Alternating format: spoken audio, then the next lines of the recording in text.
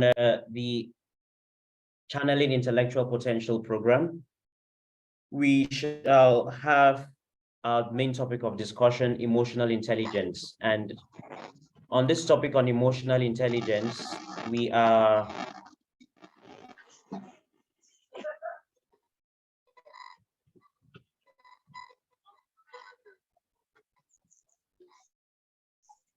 for this on emotional intelligence,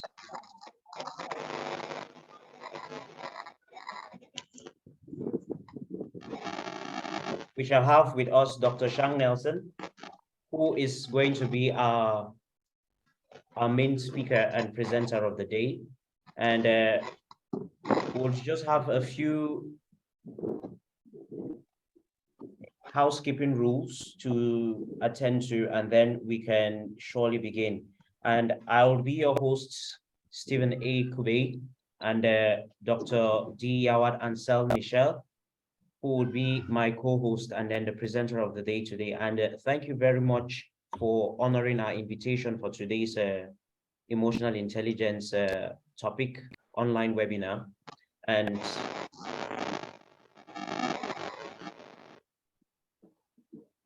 I can hear some haptic feedback.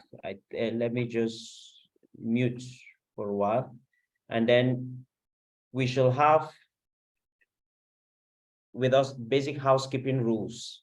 And the housekeeping rules which we have here with us are, you just kindly keep your video off to conserve bandwidth. Then you would have 1 minute to introduce yourself. And this introduction is mainly such that the presenter gets to know most of the participants who are with us, and then the guests too as well, if they feel comfortable. And then when you're not speaking, you have your mics muted and then your videos off. And if you wish to speak, you can just raise your hand and then maintain silence while in session and respect the facilitators. Then if in a noisy environment, you can leave a message in the comment section, and then we'll be sure to get back to you. And if you have a headphone, it's always easy to filter out noise if you put on a headphone. It helps to filter out the noise for you, and then you don't get a lot of that feedback using another device. And then if you're using a different device by your side, which may cause a lot of interference, maybe you can keep the device a little further off from yourself such that we do not have interference. And so basically, I am going to introduce myself. I am Kube Stephen Nkiambo, and I am the programs director for the Channeling Intellectual Potentials program. And I am a human resources and administrative professional, and currently the Secretary General of Family World International. And today on the program, we have my co-host, Dr. Anselm Michel, and I would like to give him the mic to introduce himself, and then we would have a brief introduction of the presenter of today, Dr. Shang Nelson, and then he would have the chance to share with us later on after the other presenters have presented themselves, and then he gets to know them too. So, Dr. Michel, you're on. Thank you, Stephen, for giving me the floor. I'm Dr. Yawad Michael. I'm a pharmacist and equally a pharmacologist. I work as a clinical pharmacist in the clinical pharmacy department of the University of Mountain Teaching Hospital. I'm the program manager of this CIP Cohort #1. Thank you very much, and feel free to ask us many questions so that the facilitator will find himself giving out lecture. Thank you very much.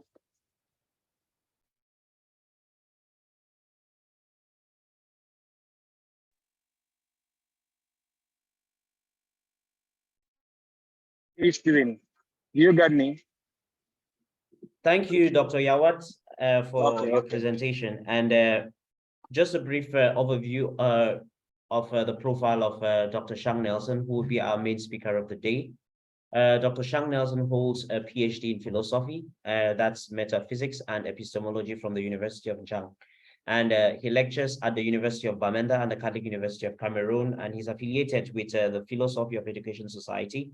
He's written several books, and amongst them we have Metaphysics, a Historical Introduction, introduction, and then we have African Metaphysics, which is an introduction, co-written with Stanislas Fomota.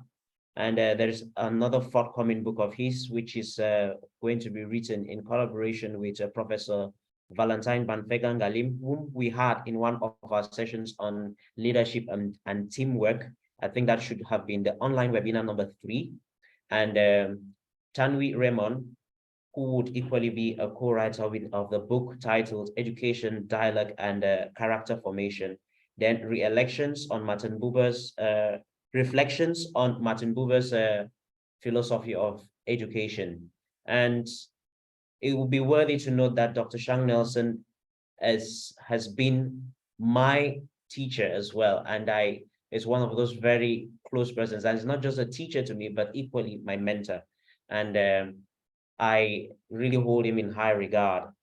And so basically you'd get to hear more about him when he gets the mic to introduce himself much more better, and then gives you a few details about himself. But first, let's have the introductions from the participants. And on that note, you keep to the rules which we have: your name, your profession, your function, what you do, and your expectations for this meeting, such that at least the presenter gets to sample the expectations of today's meeting, and then he would see how to tailor his presentation and then meet those expectations.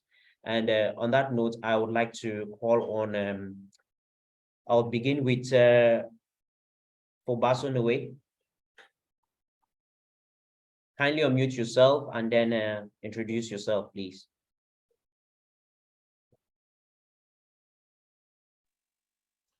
Good afternoon to everybody. Good afternoon to Dr. Shang, Sir Stephen. My name is Fobaso Noé Leroy, and Cameroonian by nationality. I'm a Mihe student studying in the Tangaza University College. Presently, I stay in Malaysia for my experience, kind of missionary experience. So thank you. Thank you very much, Noé, for that introduction. Can we have Engebet?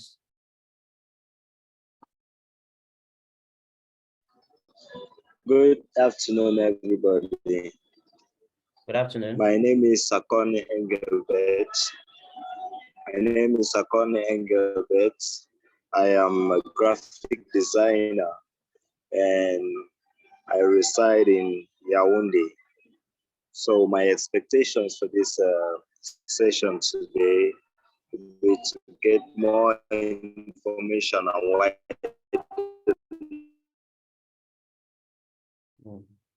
it's my scope on intelligence, how to manage my emotions. Thank you. Thank you very much, Engebet. Can we have the next Loic?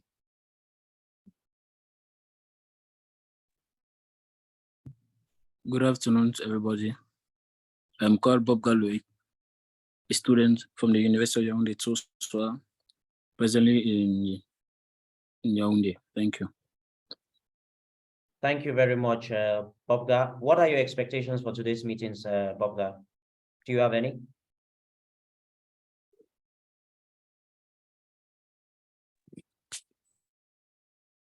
My expectations of today are to have, I don't really have much to say right now, but what Dr. Shang Nelson wants to say, I hope is going to improve in my day-to-day activities. Thank you. That's great, Bobga. And can we have Naomi?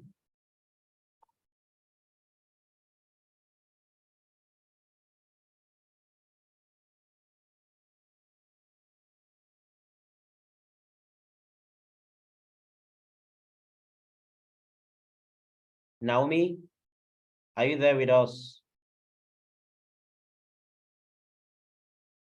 Naomi? If not, can we have Kenneth? Good morning, good afternoon, everyone.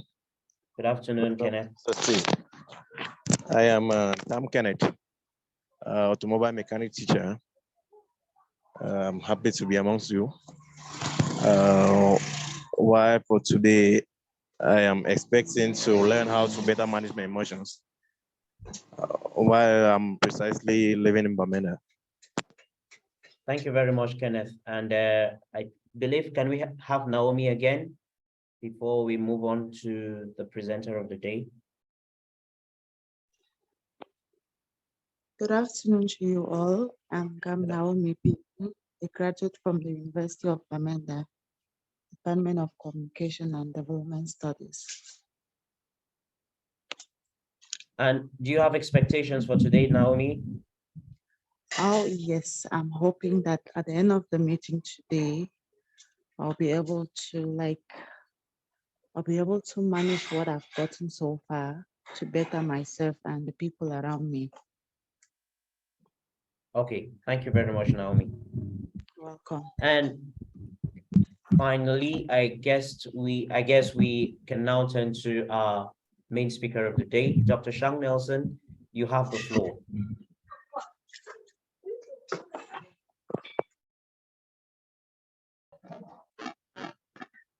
Thank you very much. Thank you very much, Stephen, for giving me the floor. I wish to begin by thanking the organizers of the apologizing very much for, I normally should have done this presentation some weeks back, but I had issues that were unavoidable. I couldn't do otherwise. But I'm very much happy that today we are able to do this, and I equally wish to apologize for the late start. We're supposed to begin at 2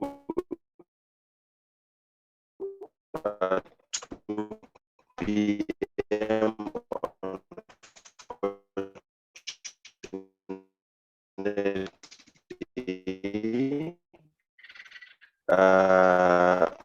We're starting very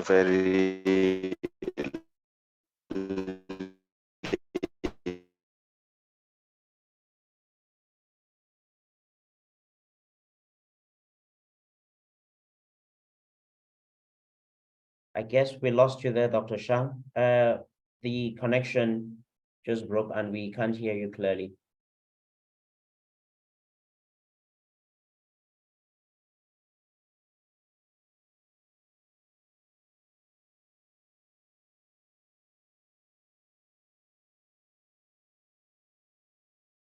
Hello, for doctor. that. Hello. Okay, we can hear you. Go on. We can hear you now.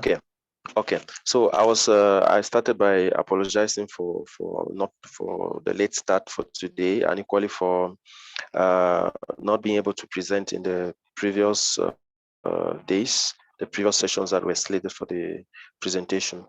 Now, as Stephen has presented, I'm Nelson Shang. I lecture in University of Bamenda. My areas of interest in research, of course, they are within my specialty, metaphysics, epistemology, but equally very much within the dimension of education and personal formation, personal development, reason for which I accepted to take part in this presentation. On the brief presentation that Stephen made, he spoke of a forthcoming book. No, that book was published already. I have 3 forthcoming books that that are already at the press. The Philosophy of Artificial Intelligence. Then there is one, Artificial Intelligence, Humanism, Post-Humanism, and Transhumanism. And then the other one is on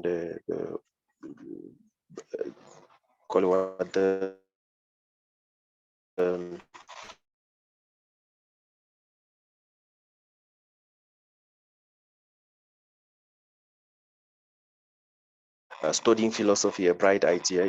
But is on the question of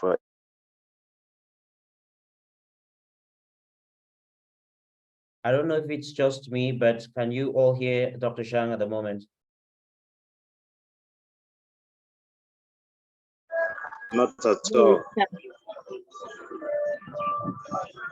well-being, and we're going to look at forms of emotional intelligence, and then we equally look at the importance of emotional intelligence, and then how to enhance emotional intelligence. From that perspective, I think we just begin with the introductory section. Now I have, please, Stephen, if at any time I'm off, you just indicate even with a message so that I know how to start again, because my network doesn't seem to be the best. It's understood. I'll let you know once that's a problem. Currently Okay. sharing the screen now with your slides. Okay, thank you. So the moment we hear of intelligence. The moment we hear of intelligence, we're at the level of the introduction. The very first things that comes to mind, if you say this is an intelligent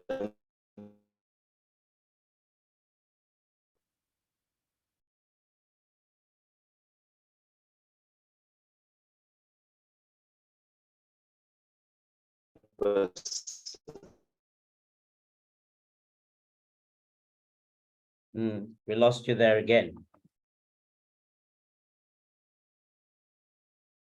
the very first thing is always this.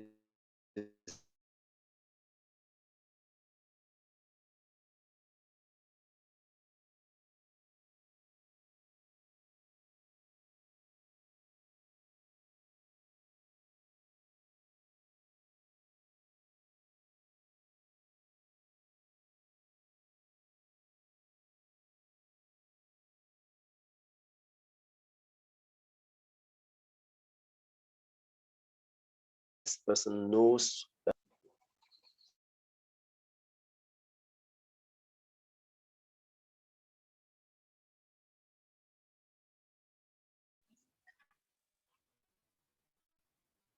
Dr. Shang, you're with us. We can notice you're speaking, but we can't hear you. The connection is not letting you through.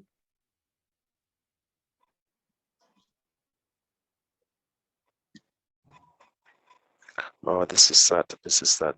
But can you get me now? Yes, we can. So that we're able to get the essence of the presentation.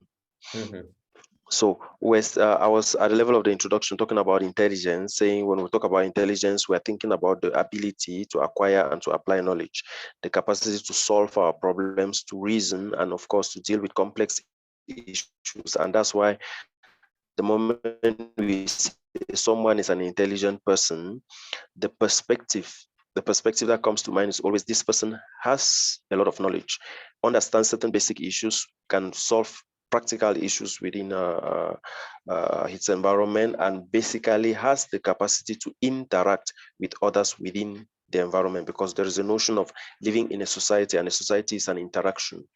So the moment an intelligent person is one who is able to navigate and solve his own personal issues, but equally navigate into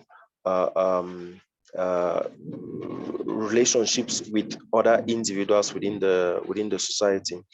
And so we're going to look at the various types of intelligence that we have to deal with. And we at the level of the presentation there, we have general intelligence. Stephen, are we together? Yes, we are. Okay, fine. We say we are at the level of general intelligence, which is an overall cognitive ability, what of an individual to be able to reason, to be able to learn, to be able to solve problems. That's what we deal with generally in terms of intelligence. The moment we say this person is intelligent, or every single quality that is expected of him to acquire knowledge, the cognitive dimension, the capacity to reason abstractly, the capacity to learn, to solve problems, etc., that falls within the dimension of general intelligence. When we are at the level of fluid intelligence, the distinctiveness comes there is the ability to be flexible. And even when we come to emotional intelligence, the dimension of flexibility plays a lot, because then it's not just being strict to the rules, but the capacity to reason out and apply what we know in the present in the circumstances in which we find ourselves. That's what we're talking about, the ability to think flexibly and to reason abstractly and to solve problems. This is contextual. Then we'll talk of crystallized intelligence. We are at the level of experience, the kind of knowledge we have acquired through experience from time past.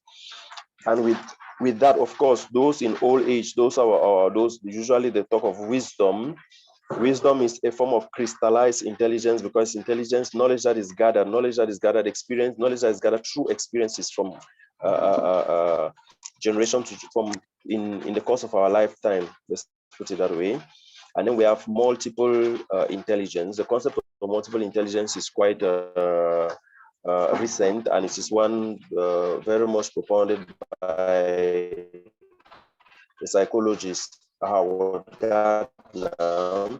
And as far as is concerned, with every single of our interactions, because then each and every one of us, you are good in calculations, you are good in solving practical situations, you are good in dealing with emotional issues, you are good in athletic intelligence, playing football or basketball or any other thing. Others are good in music, others are good in, I don't know, agriculture, farming, etc., etc. All of that constitutes, as far as he's concerned, he says it is of capital importance that we put them under the topic of multiple intelligence, since an individual cannot just have one form of intelligence. And so the notion of multiple intelligence has to do with a coagulation of all the various types of areas, of all the areas that we excel in, so to speak. And then we have social intelligence, which has to do with our ability to understand and navigate our social situations, how we interact with each other. And we realize in the course of the discussion that I merge social intelligence with emotional intelligence. And that's why I talk of social emotional learning. It's of capital importance. You can have all the academic intelligence, or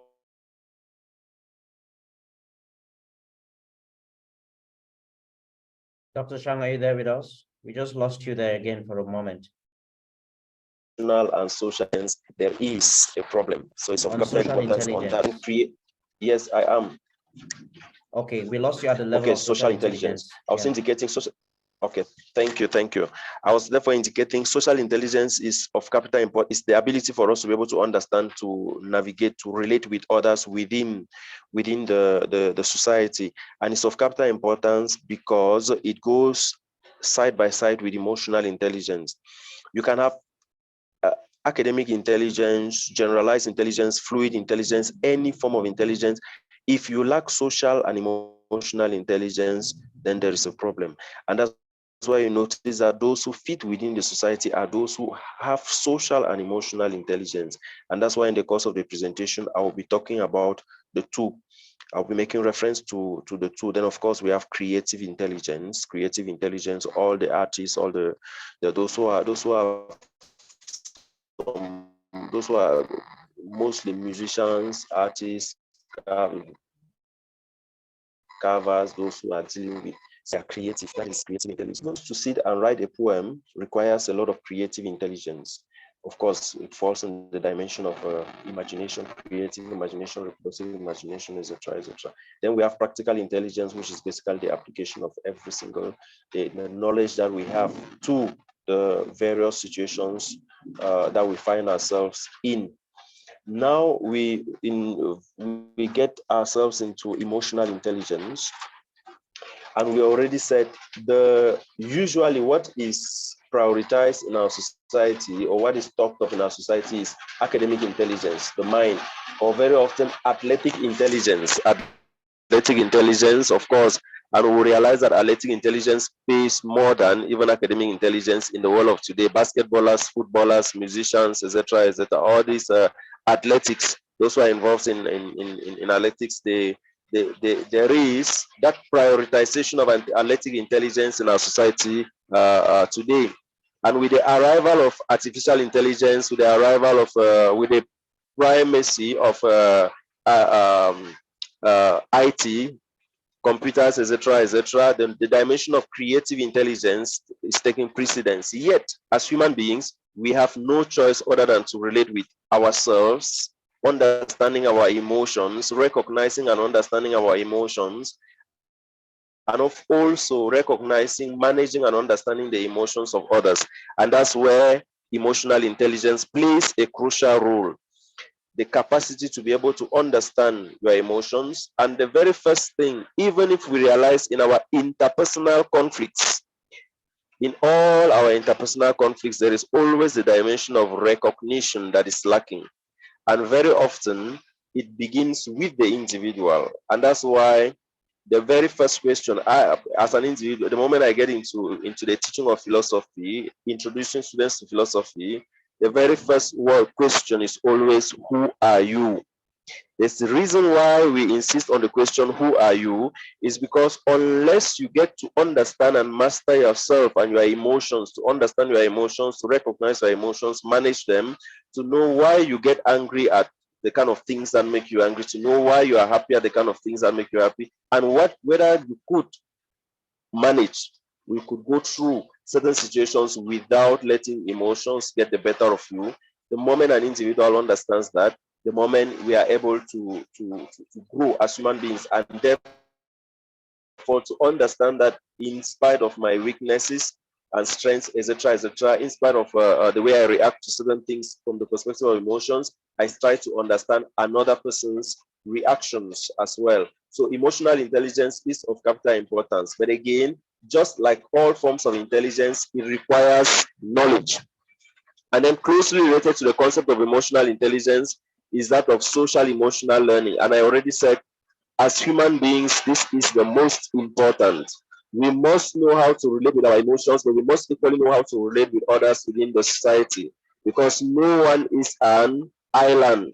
No one is an island, and therefore there is a process of what? Developing self-awareness, self-control, and interpersonal skills that are vital for school, that are vital in our work side, and that are vital in our life existence. Stephen, is raining where I am. I don't know if the participants are getting me.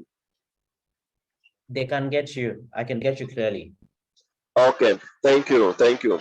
So people with strong social and emotional skills are better because they are able to cope with their everyday challenges. And I am still underlining the fact that our society very much values academic intelligence, athletic intelligence, etc. But at the interpersonal level, social and especially emotional intelligence of capital importance, because we are first of all human before being a minister, a president, I don't know what, but first of all we are humans and masters their emotions. The more we are able to relate with others maturely, because maturity comes when we have self-control. And very often, if we just in a very practical way, attend an occasion, and then when food is involved, food and drinks, and of course music, just be very observant. And from there you can tell a lot about people's levels of maturity. It's of capital importance, because then there's a notion of consideration for the other. And you see people, no matter how qualified, no matter how authoritative, no matter the positions they hold in the society, the moment we have food and drink and music, we are able to select out, to judge out who is more mature than the other emotionally, from the perspective of self-control. And of course, the emotional intelligence has to do a lot with the consideration for yourself, but equally the consideration for the other, because we exist for others within the society. Our personality, our being integral as human beings has a lot to do with our relationship with the other. And so what are the various components of emotional intelligence? As we already said, we have self-awareness. You must first of all understand who you are. And the question who you are is not, the answer to the question who you are is not your name and your profile, what do you do for a living, where you come from, etc., etc. No. Shakespeare says a rose will smell the same even if it were called by a different name. Therefore, your name, Nelson Shang, does not constitute essentially who I am. You realize that the question, who are you, it's more human. It goes at the deeper level of what? Self-awareness. And that's why for our philosophy, from the philosophical perspective, there is always the insistence on what? Know thyself. And that is drawing from Socrates. the unexamined life is not worth living. And it's of capital importance that at every single point in time, which is the practice I started, this is a practice I started right from 2007 when I was in the second year of my philosophical studies. Every single night before I sleep, in my mind, I try to carry out what is called the examine. I examine my day and go through each and every single activity that happens within the day. First, to realize how conscious I was of the activities I was carrying out, because at times we will find ourselves in the process of being robots without knowing. We just carry out activities because then they are routine. If you read Albert Camus' book, The Myth of Sisyphus, he talks about the absurd life, a life that is a life of absurdity because it's a life of routine. We do things unreflectively just because that is the way the society wants us to act. But we have the capacity to become self-aware, to become self-aware by knowing, by reflecting on what I am doing at this particular moment and why am I doing this.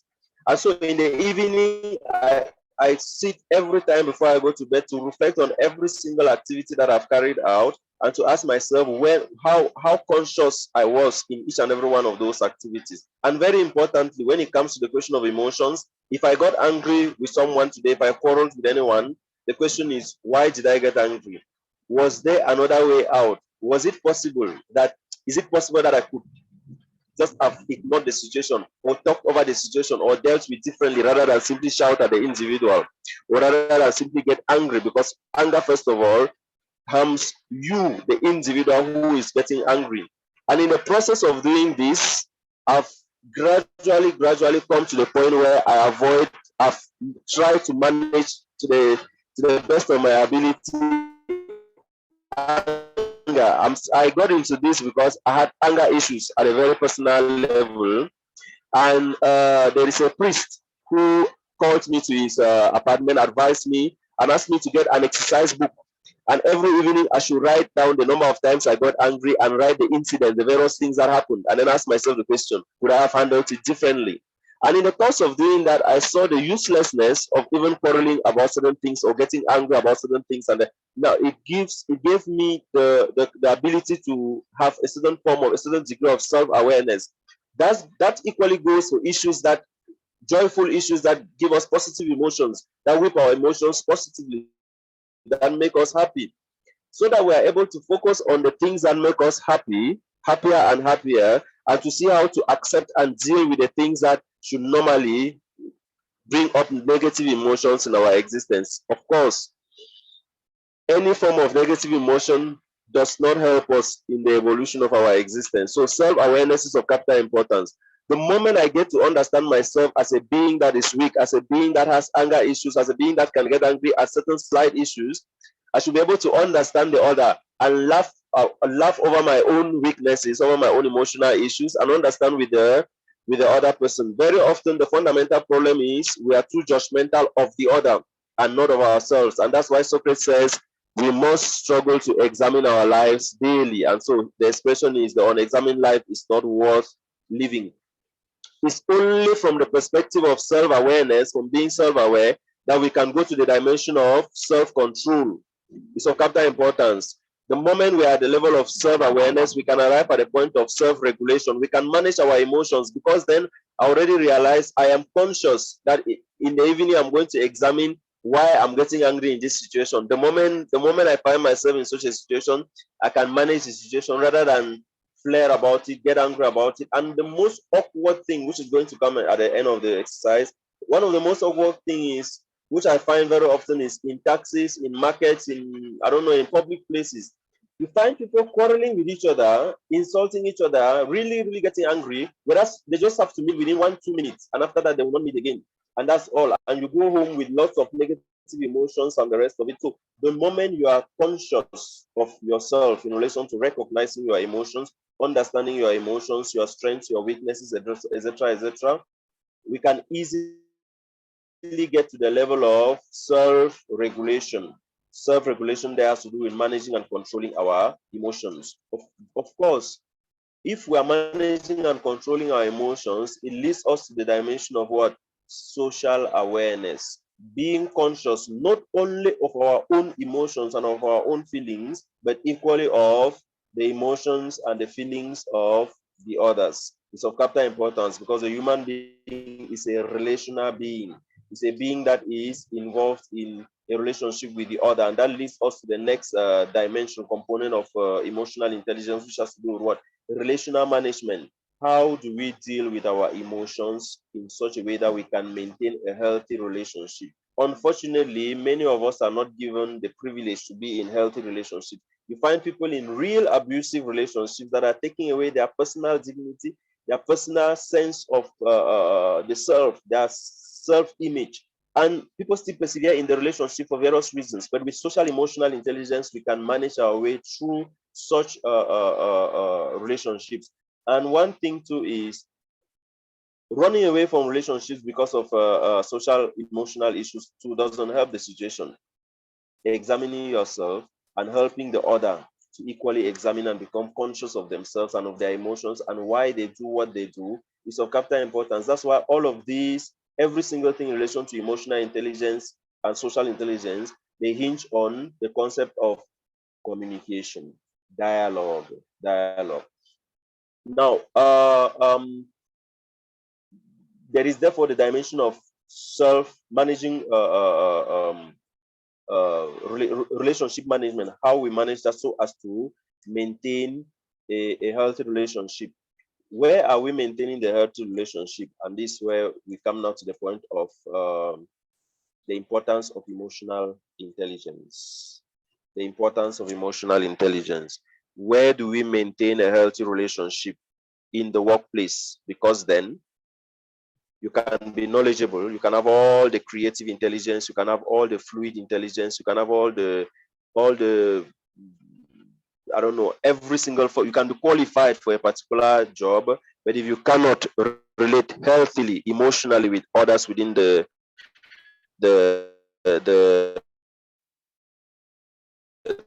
job site, unfortunately, that job satisfaction relationship.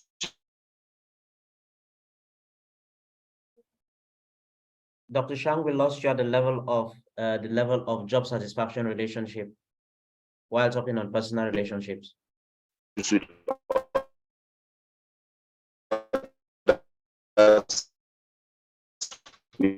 In the job place. So from self-awareness, the moment we move from self-awareness, we go to regulation, self-regulation, and then that is at a level of understanding who I am, and then transposing that to the other in the two other components, which is the social awareness. And social awareness has to do with dealing within the dimension of the society, and then relationship management here at the one-to-one relationship. How do we maintain a healthy relationship in our interactions, so to speak? And this relationship management in relation to emotional intelligence has to do with what? Effective communication. Because as I already said at the very beginning, all human conflicts arise from what? The struggle for self-recognition. It's about the struggle for recognition. And so the moment we're able to communicate with the other feels that he or she is human. You yourself, you feel that you are human, that you are given a listening ear, and so on and so forth. So the dimension of relationship management is of capital importance. It's of capital importance. And all of this leads us to the next thing, which is what the importance of emotional intelligence.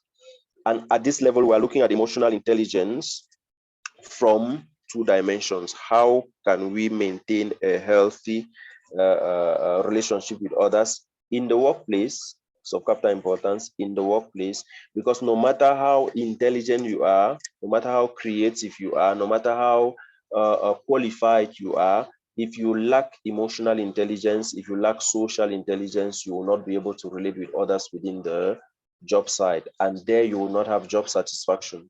Job satisfaction comes in when there is a stronger interpersonal relationships with colleagues and with others. You cannot be in an organization and you're an island. It's of capital importance. So emotional intelligence helps us to be able to relate understand in an understanding manner, understanding the emotions of the others, understanding our own emotions, and seeing how to manage that.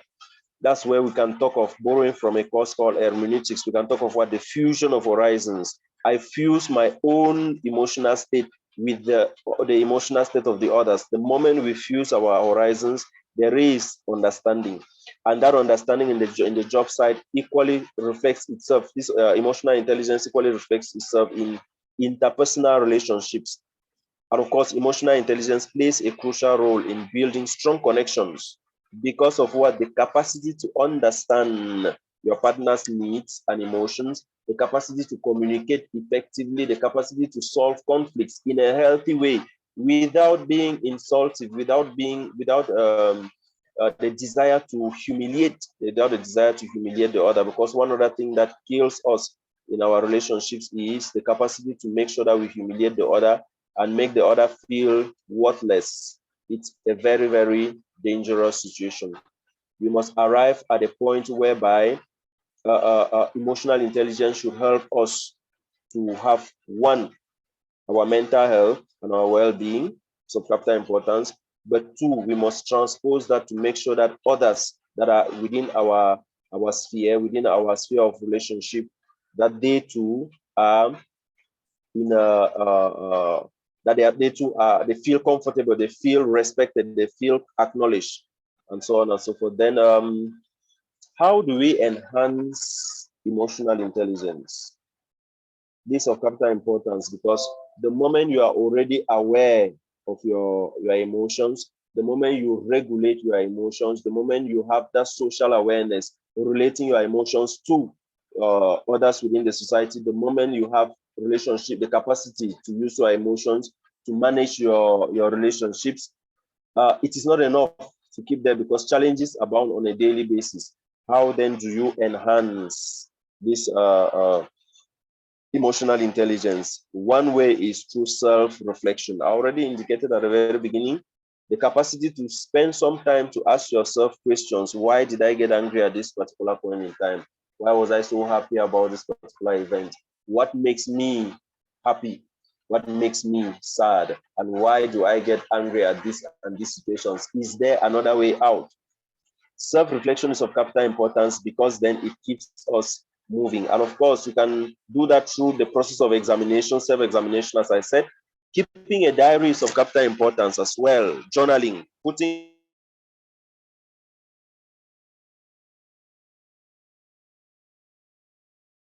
Dr. Shang, we lost you at the level of making use of a personal journaling. Would you come back again? 2005, pick them off from my study room and look.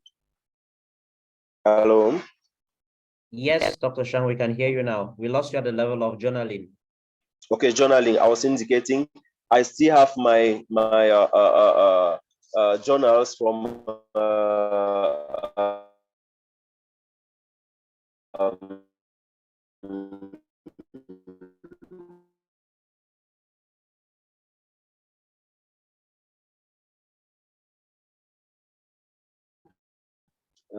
2005, 2000.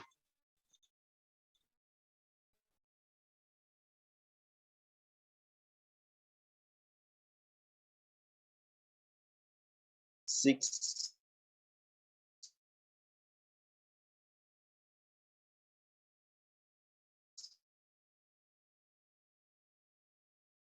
Very early years of my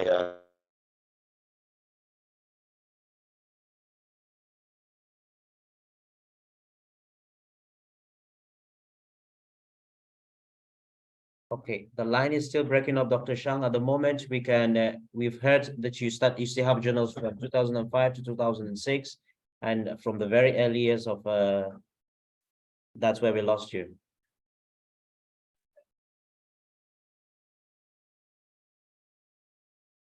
Okay, I guess we just lost him there for a while. Sorry about that.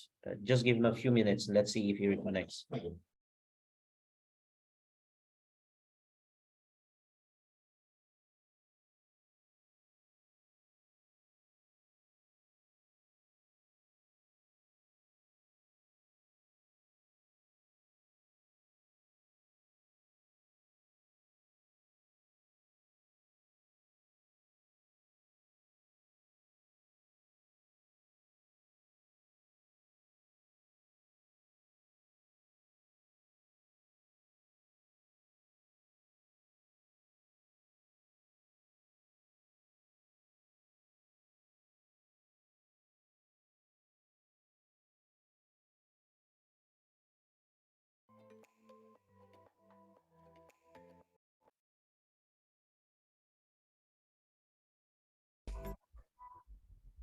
Okay, Stephen.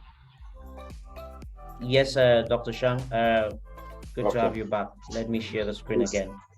I'm really sorry for all this off and on network issues, but I was at the level of You are at the level of journaling. journaling. You are at the Okay, level of fine. journaling. Okay, but I'm just I'll just proceed to indicate that it's of capital importance, because then you get to evaluate your progress, your progression in life. The moment you go back to those journals and read them, you see how you have evolved emotionally. In fact, in all aspects of your life, the kind of things you wrote, your aspirations, desires, etc., etc. Then the other way too is to arrive at this self-reflection is to have lots and lots of books. There are self-help books that enable us to come to a process of self realization, self-reflection, self-consciousness, right? And there are several books that we can always read in that direction. Then there is a process of meditation, which is what I already spoke about, the question of really taking time to reflect on your own, or seeking therapy. It enables you. Seeking therapy that has to do with maybe meeting a mentor, a counselor, a spiritual director, etc., etc. That helps you very much too in the process of self-knowledge. Another strategy that can enable us to enhance empathy, and this is of capital importance, is practicing empathy and active listening. I think right from when you study child psychology, developmental psychology, is about that, the capacity to help the child from childhood to practice empathy towards the other, because then it enables us to feel for the other, to put ourselves in the other's shoe. It's not just being sympathetic, but it's being empathy goes a lot more than sympathy, and equally listening to our own selves, our own emotions, but equally listening to the other. It's of capital importance that we practice that concept of listening. It's of capital importance. And then the next thing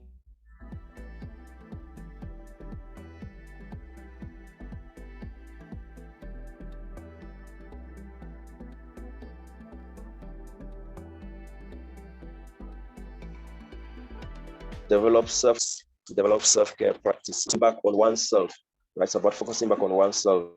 The notion of developing self-care practices of capital importance, because very often our lenses, our eyes are turned towards the other positively, even about helping the others, even about making sure that others are fine, but without very often focusing on ourselves. It is important to engage in activities that bring us joy, that bring us relaxation. For instance, what are your hobbies? What do you like spending time on? What are the things that make you to actually feel a certain positivity, a certain joy, a certain happiness within? These are all activities that enable us to develop self-care. They are of capital importance, and it is always very important to find time to focus on yourself, irrespective of what happens. It's of capital importance to find time to focus on yourself, because then that gives you the capacity, to develop certain positive feelings, positive emotions towards yourself. And that's why we talk of activities that bring joy and relaxation there. Equally, we should be able to carry out physical exercises, of course. At times, some emotions come up because people have no way to air out. And that's why when you find yourself, for those who have been in the seminary formation towards a priesthood, I think my students are here, you realize that in most cases you have physical exercises like sports and manual labor. Every physical sports is like twice or thrice a week, manual labor almost every day. The essential thing is have the avenue to do physical exercises that can enable you to air out, to sweat out some of those emotions, so that you can have enough rest, enough sleep, and so on and so forth, that can maintain your emotional well-being. I think if you go online and just Google out something in relation to emotional intelligence, you are going to see most of the things we are discussing here. But nutrition is of capital importance, exercise, rest, healthy relationships is of capital importance. At the level of the conclusion there, we are simply indicating that emotional intelligence plays a crucial role in our well-being. Without emotional intelligence, without us being able to handle our situations, we'll all be moving around the streets very sad, very angry at everybody, seeing problems with every other person except ourselves. The benefit of emotional intelligence is that it begins with self-knowledge, and knowledge of the self equally leads to what? Self-examination, self-criticism, so as to arrive at what? Self-knowledge, and therefore positive self-image. These are of capital importance. So emotional intelligence enhances our ability, it encompasses our ability to recognize, to understand, to manage our emotions as well as the emotions of others. And as we have already said, it is preferable to be emotionally intelligent, socially and emotionally more intelligent than even any other form of intelligence if we are to deal with the question of what? Human existence. Now we go to Stephen. I think we can go to the assignment, then we enter into the question and answer session. Stephen? Moment, please. Yes, a moment, and there we go. Okay, at the level of the assignment, I just started there by an observation. Have you ever quarreled or gotten angry with a total stranger in a taxi, in a marketplace, knowing fully well that you will not meet the person again, and it actually feels awkward, right? You just see someone, I don't know what the person does, you guys get into it, and then anger comes in. But then every evening before bedtime, as I'm indicating, which is what I already said earlier, try in your mind, try to go through your day, examine your reactions to the various things, and ask yourself the question: is it possible that I could have handled the situation differently? And then you try to understand why the others did what they did, and you try to say to yourself, okay, tomorrow, when this and these situations come up, I will struggle to manage the emotion. That's self-regulation. It's of capital importance. So here we move from self-awareness to self-regulation, managing our emotions is of capital importance. One important quality of self-examination is it makes you much more intelligent, even academically, because then you are able to run your mind through that exercise on a daily basis. It becomes a habit, and you keep track of each and every single thing that happens to you during the day, and you can always see how to improve, how to get yourself better than you were, because and I got this from one movie, I think, I'm forgetting the title. True nobility lies in being better than your former self, right? There's nothing noble in being superior to your fellow human being. True nobility lies in being, right, better than your former self. So through this process of self-examination, self-reflection, we're able to improve. We're able to improve on ourselves, on our emotional intelligence, and in our interactions with each other, so that our relationships are fruitful, so that we can have a meaningful life, a life that is full of, as the technical term goes, fulfillment, so that we can have a flourishing life, right? Human flourishing. Well, thank you very much for your keen attention. I'm sorry that the lines have been on and off. I know there are difficulties in relation to whether people got me fully, but I think Stephen can share out my presentation to each and every one, so that people can follow from there later, especially as we're having network issues. Thank you all so very kindly. Thank you very much, Dr. Shang, and we are very privileged to have had you on today's online webinar session on emotional intelligence. I believe it's been a very insightful experience listening to you and then having you present on this very topical issue. I believe emotional intelligence, after having listened to you, it's one of those areas which we can really say without a doubt that it concerns us personally, and it's very important because it's what helps us to relate with other people in our day-to-day living. And that aspect of our everyday living, we need to really put in the effort to make the most out of the experience. So we thank you very much for that presentation. I would just like to call on all the participants who are here with us. This is the time for us now to move into the Q&A session, where we are free to ask questions, and definitely answers will be given to those questions. And you can type your questions in the chat box, or maybe a remark or a comment or further improvement on what you believe that an addition to this too can help us, because we believe that there are others too among us here who are probably pretty much knowledgeable about emotional intelligence, and feel free to share your insights. It's all welcome. Just before any other participants, so feel free, you raise your hand if you need to speak, and then I will give you the floor to speak. And if you're not speaking, just kindly have your mic muted, and then you can you can simply type in the chat box, and we'll be sure to read out the chats to Dr. Shang. And just one question, Dr. Shang. You talked about the need for self-help books as a way of self-care, such that we can try to practice mindfulness, and then getting into the moment where we get to really reflect about our very own selves.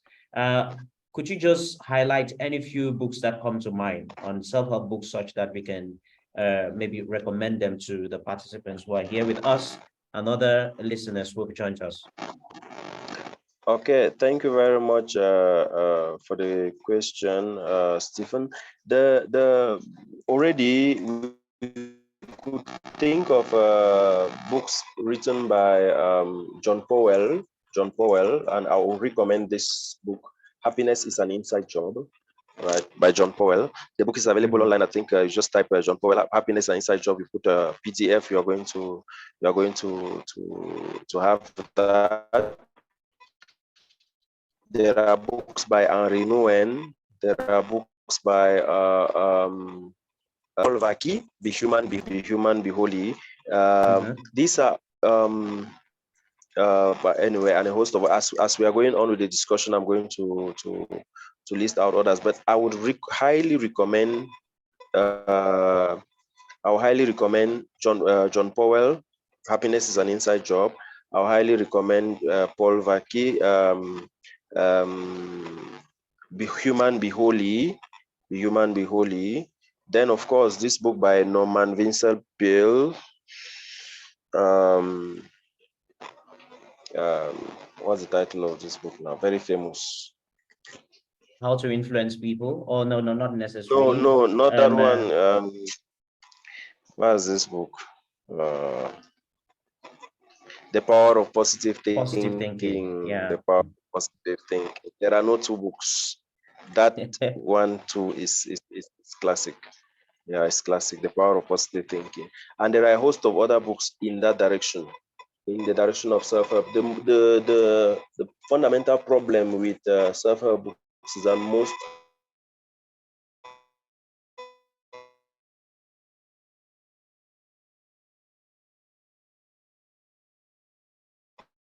We lost you there, Dr. Shang. You were saying the importance of self-help book. The one thing about self-help books is could you please come again on what you said about the importance of self-help books are all in the direction of how to get rich, getting rich. I was talking about earlier to arrive at the problem of self-examination, knowing who you are, because most of us move around without actually knowing who we are, and that's why we get angry at things that we should actually just ignore and move on. Basically, who are you? Who are you? It's a fundamental question. Self-help books help us to know our strengths, our weaknesses, our what the things that make us happy, the things we like, and from there it enables us to know how to live with the other and to understand the emotions and the feelings and what we get in terms of relationship from the other. So self-help books are of capital importance. And I was indicating that the difficulty with most self-help books now are they are all linked to the direction of how to get rich, how to get rich, how to get rich. Of course, there's nothing wrong with getting rich. Napoleon Hill, for instance, Napoleon Hill has a book, I think, titled Think and Grow Rich. Yes, Think and Grow Rich. And there's Elizabeth Whosoever on the Big Magic. There are all sorts of books on how to get rich. There's nothing wrong with that. But the fundamental problem is we must begin with self-knowledge. Remember, I've emphasized, and I'm still emphasizing on, emotional intelligence is much more important than academic and athletic intelligence and any other form of intelligence. We are not only beings that are meant to acquire money, to acquire wealth and the rest. We are beings that are first of all meant to live flourishing life. And a flourishing life is a life that is conscious, right? A life that is conscious, a life that you live knowing fully well who you are. That's why Socrates insists the unexamined life is not worth living.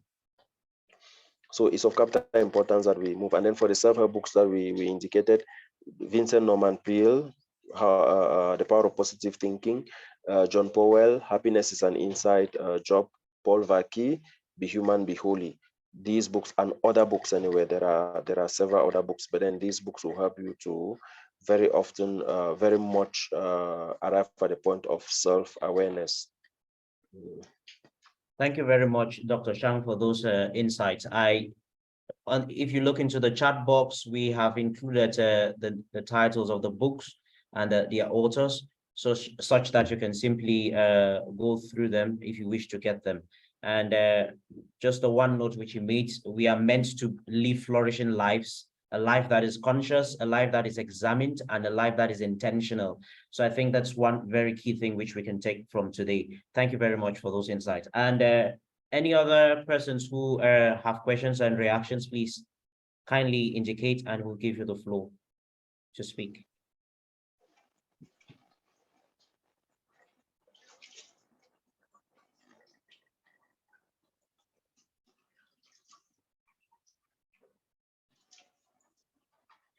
Any reactions from the participants, please?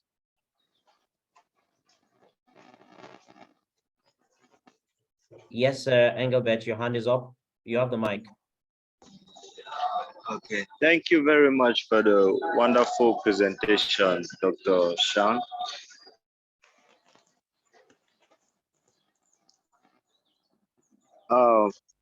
I have this question. I've come to the understanding that emotional intelligence is a process and it's not just a one-day thing.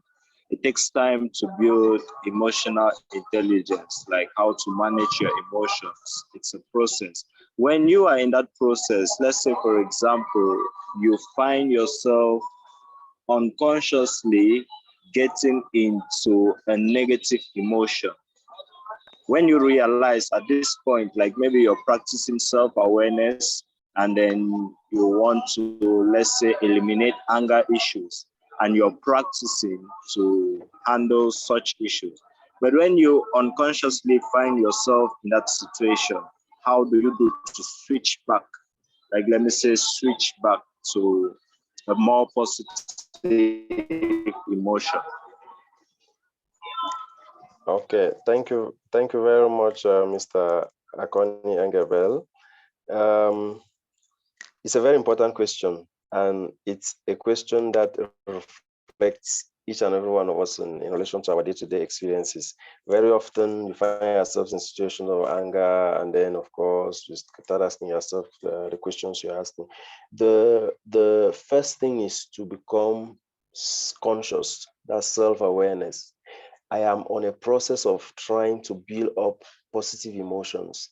The moment I find myself in a state where negative emotions are involved, anger and the rest, I become conscious that what I'm doing now is contrary to my plan, is contrary to what I've written down, contrary to what I have as a project. What do I do? You then see how you can, as human beings, we have the capacity to adapt. And so you always be able to see how to revert back from the negative emotions. One thing that goes with anger is humility.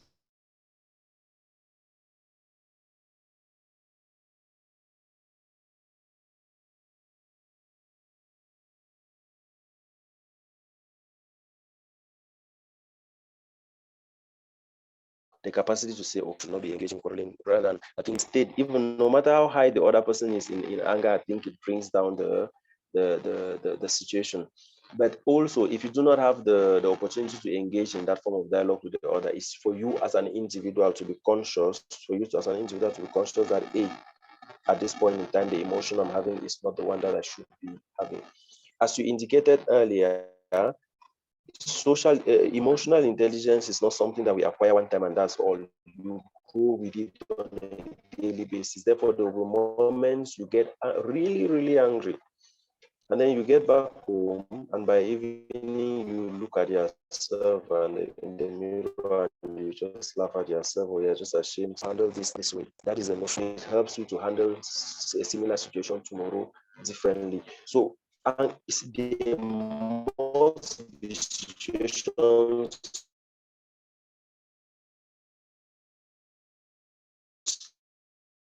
there will always be situations that evoke negative emotions, anger, quarreling, etc. That you are in a process of growth, you're in a process. And when you do journaling, as I was saying, when you have a relation, this is how I have moved from the state of getting angry often to the point where I know. And of course, there's always a lot in life to laugh about. At times, when you are involved in a heated situation with someone, just surprise the individual or surprise anybody around you. Just stop, stare at them, and just start laughing. Genuine laughter, not just hypocritical. Genuine laughter, let it flow from within. You yourself, you feel some positive energy flowing from within. You spread that around. When you do that 1, 2, 3 times, it's going to help. But I cannot promise you that I talking to you, I don't get angry. I do get angry. It's a human thing. Therefore, it's about being conscious that this is not the kind of emotion I want at this point in time.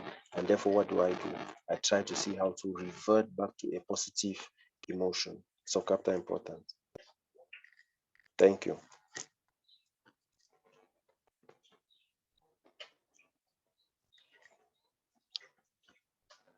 Hello. Yes, thank you very much for that reminder, Dr. Shan. I've waited for this session. I've waited so patiently for this session because I have a lot of questions that can pop up, can almost take the whole day. One more quick question. What if you find yourself in a situation where you get pushed to the wall, like totally pushed to the wall, where you find no other option but to act back? What do you do in such a situation? Okay, thank you for that question. Again, I'm not here to provide magical answers. I hope you understand that. It's a human, it's a human thing. The first thing again is self-awareness. Self-awareness. What does that mean? I get up in the morning today this is my plan for the day. I intend to have as many positive emotions as possible. Therefore, I will struggle to avoid situations that make me angry, etc., etc. Now, in the course of your interactions with others, that is clear in your mind. It rings a bell in your mind. But of course, you find yourself in situations where there is genuine anger. It's not as if we let go of anger. There are situations where you have to be hard. You have to iron out situations. For example, if none of the practical situation in relation to AI, if we're in relation to these social media difficulties that we had, network, etc., etc., if we were to meet in class face to face and discuss, and I am not there, and I come, you have a right to express genuine anger for me keeping you guys waiting. I personally feel bad that we are supposed to have this long we didn't. We're supposed to begin today at 2, we didn't. All of those. Anybody who is angry, you have every genuine reason to express your anger. But this is the problem.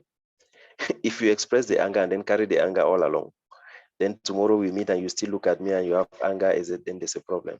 So you can, at a particular point in time, handle the situation as it is.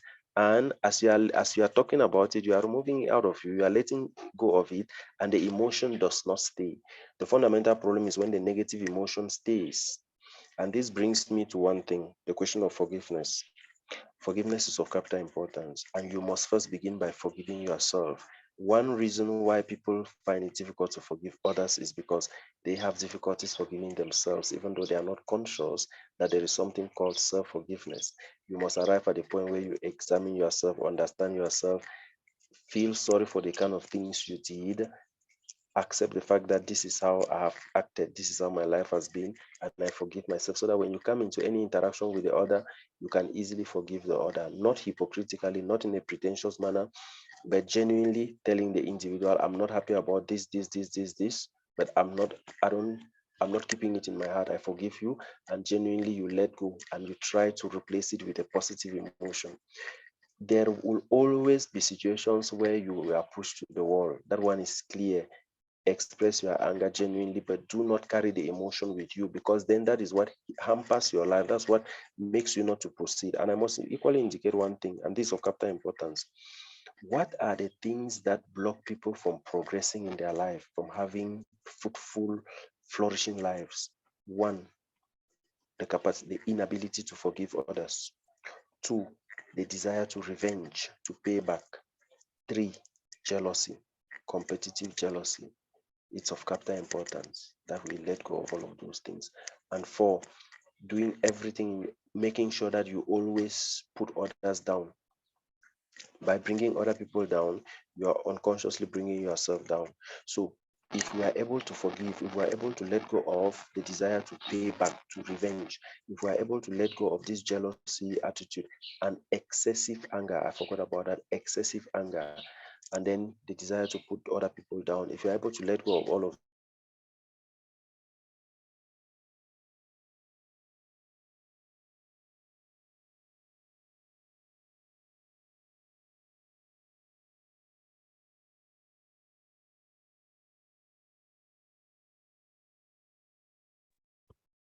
look at all living organisms. We human always meet situations where we are pushed to the wall. Don't pretend that you're not angry. Please express your anger in a healthy way and do not carry the emotions after you have expressed it. You are expressing the anger to let the other understand how you feel and to rectify the situation that is there, and you dialogue over it and proceed. The problem is you come back at night, you cannot sleep because A did this to you, B did this to you, etc., etc. Then that's where there is a problem. Thank you. Right. Thank you very much, Dr. Shang. We have a hand, Fankum. No, I hope Mr. Engelbert Akoni is okay. He has waited for this talk for a very long time. I would like to interact with him in case he still has issues. Okay, okay. Engelbert, you're free to react to that, please. Yes, I am okay with the response. The response is okay. The lesson is okay. Thank you very Okay, much. Mr. Engelbert. I still have a lot Thank of you. questions, but for the sake of time, we'll save them. Thank you very much. Okay, in any case, you contact Mr. Stephen, who will give you my contact. We can always continue on WhatsApp. Okay, thank you very much, sir. It's a pleasure. Okay, thank you. Mr. right. Fankum. Yeah, good evening, Mr. Shang and the rest. Good evening, bro. I want to really thank you for your presentation, though I actually came in late. I came at the point where you're presenting the enhancing emotional intelligence. Just to add to what Dr. Shang has said towards the question Engelbert raised, I want to say, what would you look about this aspect of an individual having a freedom, an individual having a responsibility and the choice, so that to the point where an individual pushes you to the point where you feel you cannot do anything than bouncing back. At the end of the day, the freedom you have, the choice you make, and can you be accountable for that? And of what importance is that to you? I think maybe that could be of help as well. Then on my own side, I wanted to ask Dr. Shang about the empathy and sympathy. I didn't get that very clear. I don't know if you can actually make, you can clarify that, making a clear distinction, if there's a distinction between the two.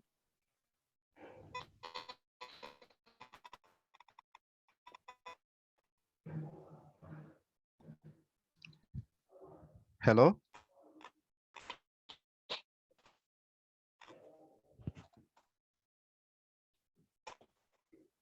I don't know if I'm gotten. I believe he's speaking at the moment, but we can't hear because of the connection, because I can see the feedback from his microphone. Or maybe because of a network. Yeah, probably. But I hope my question is gotten. Yes, the question is clearly Okay. gotten. Thank you. Yes, your question is clear. The distinction between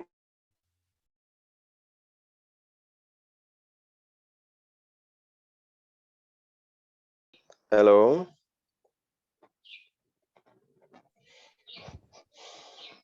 Hello? Yes, Fankum, can you get me? Yes, I can get you now.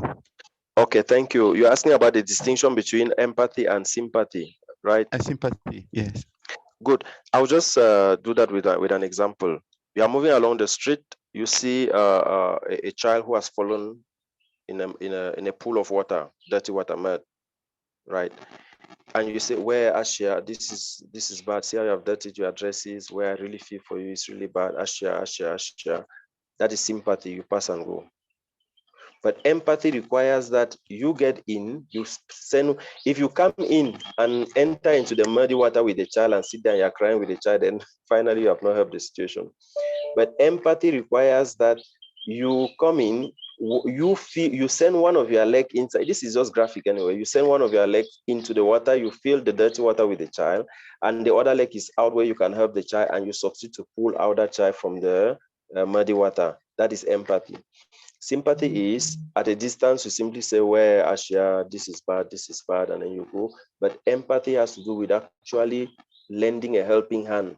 And you cannot lend a helping hand without entering into the situation, the practical situation of the individual. That's why we say with empathy, you walk in the other's shoe. I'll also use another example. I'm in Bamenda, and we are within a crisis situation.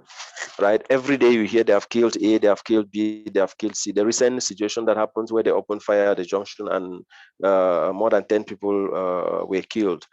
Now, what is sympathy? We all see, those of us who are not directly involved, touched to where people have been killed, is bad, is sad, we feel for them, rest in peace, la la. But then empathy has to do with the capacity to not just feel for the other and say this is, but to actively be involved, right? And you see that it touches people at different levels. So with empathy, you actually lend a helping hand. And that's why they say you put yourself in the shoe of the other. But with sympathy, you always feel for the other, basically at a distance. Sympathy is not bad. Sympathy is not bad. As humans, we must sympathize with the other, but empathy goes deeper than sympathy. And I think, Fankum, you are my student of philosophy for some time now. There is Edith Stein, who has her doctoral thesis on the question of sympathy. You can always Google that and you read more in relation to that. But if you enter developmental psychology, group psychology, if you just type online the question of group psychology and you type empathy, sympathy, etc., you're going to see get a lot more in relation to the distinctiveness. Someone is in a situation of help, they're crying. You can pass by like the Pharisee going to pray without bothering. You can pass and say, "Well, I'm sorry, it's bad. Ashia, see what to do to help yourself." You can get in there and sit with the individual and cry with him. Empathy requires that you get in a way that you can pull the person out of the situation. Thank you. Thanks so much for the clarification. Thank you. Okay, we have a reaction from the chat box. It says from Belinda Fola. It says, "Thank you very much, sir, for the wonderful lesson. I am actually finding my position in these teachings. It's going to take me a long way." Stephen? Yes, sir. Can you hear me? Yes, I can. Okay, so I was just saying there's a reaction from the chat box from Belinda. It reads, "Thank you very much, sir, for this wonderful lesson. I'm actually finding my position in these teachings. It's going to take me a long way." And we've had a reaction from Engabet. "Thank you, Dr. Shang. I'm very grateful for this presentation. Okay, I guess that's it. Do we have any other reaction from the participants, and then we can call it a day?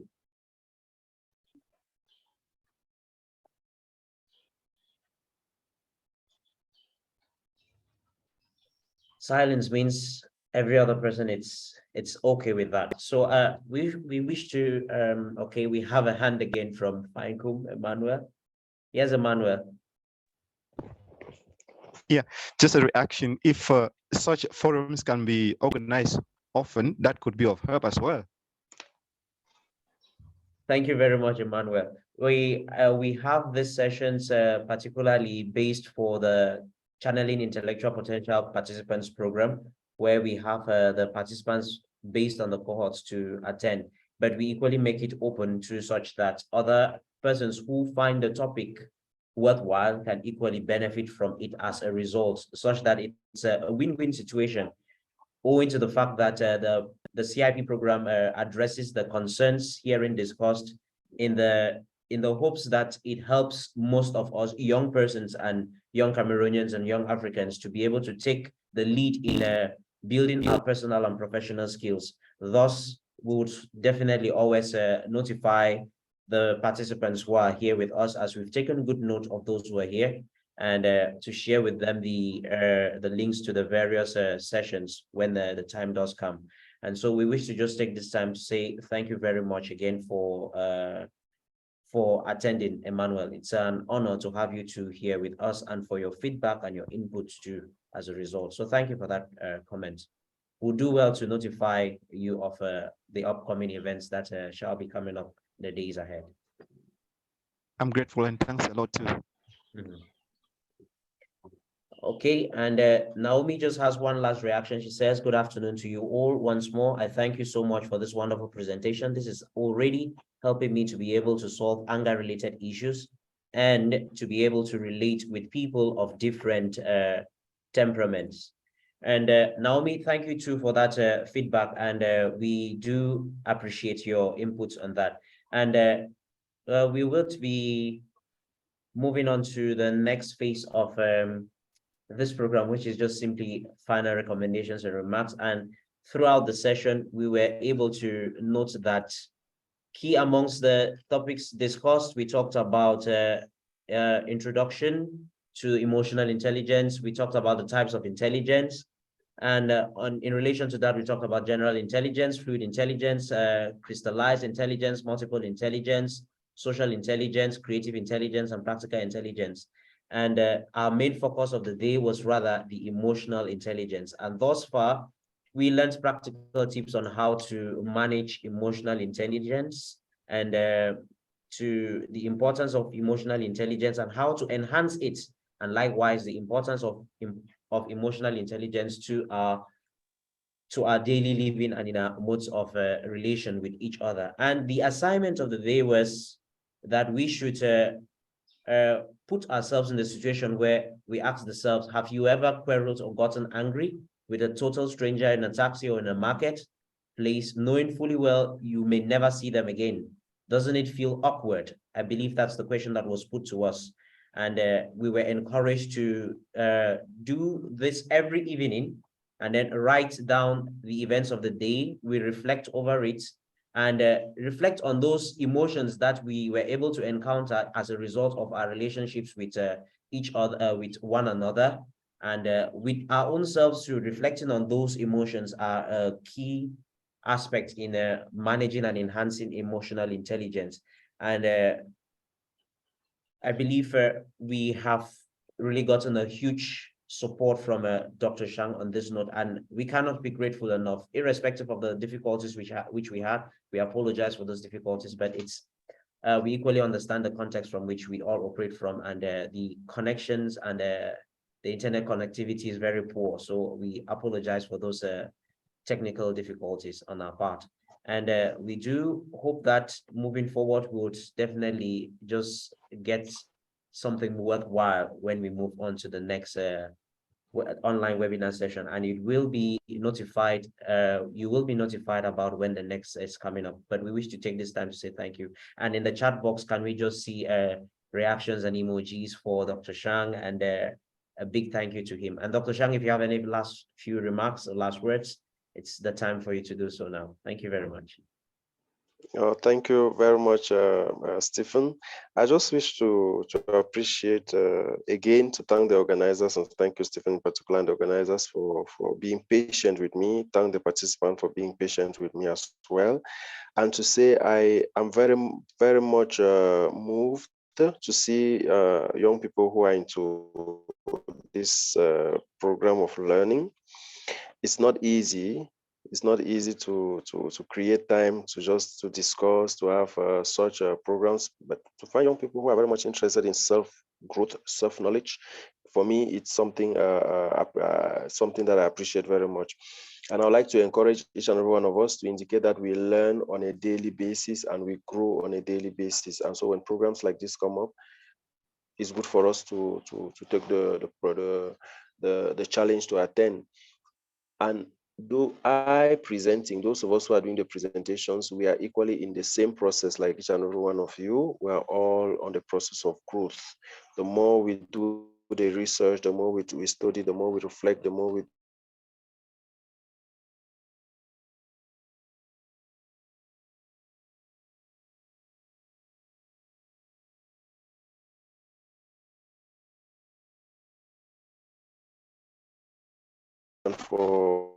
for being there for the interaction.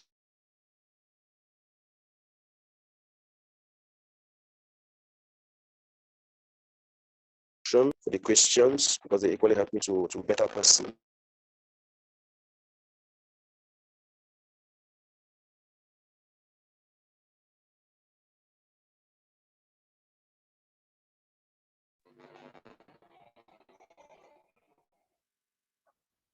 Hello?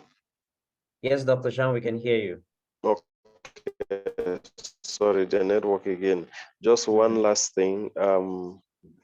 We are all emotional beings, and our emotions will always be positive and negative. But the negative emotions always want to triumph because we're in a world that is survival, struggle for recognition, struggle. So the important thing is let us be conscious of the need to promote the positive emotions in our lives so that we can have flourishing lives. And I wish you all the best. Thank you all so kindly. Anyone who still has issues, you can get to me inbox through Stephen, and then we continue from there. Thank you very much. Sure. And just to note too, you can always reach out to Dr. Shang through his LinkedIn profile too as well. Just simply type Shang Nelson and then you search and you'll be sure to find him too. And you can connect with him online on the professional space. I believe I thought that was worthy to mention. And his contact details will be shared with you after this session. So thank you very much. And thank you, Stephen. Thank you. Just one last remark to the participants. We are all waiting on your submission of the post-training survey. And the earlier we do that before the deadline, which is Monday, it will be good for us such that we can equally send you the link for your certifications, such that it's clear that after the training, you were able to submit your report and your final recommendations, and we will be sure to supply your certification. So thank you very much. We really appreciate it. And do have a wonderful day, you all.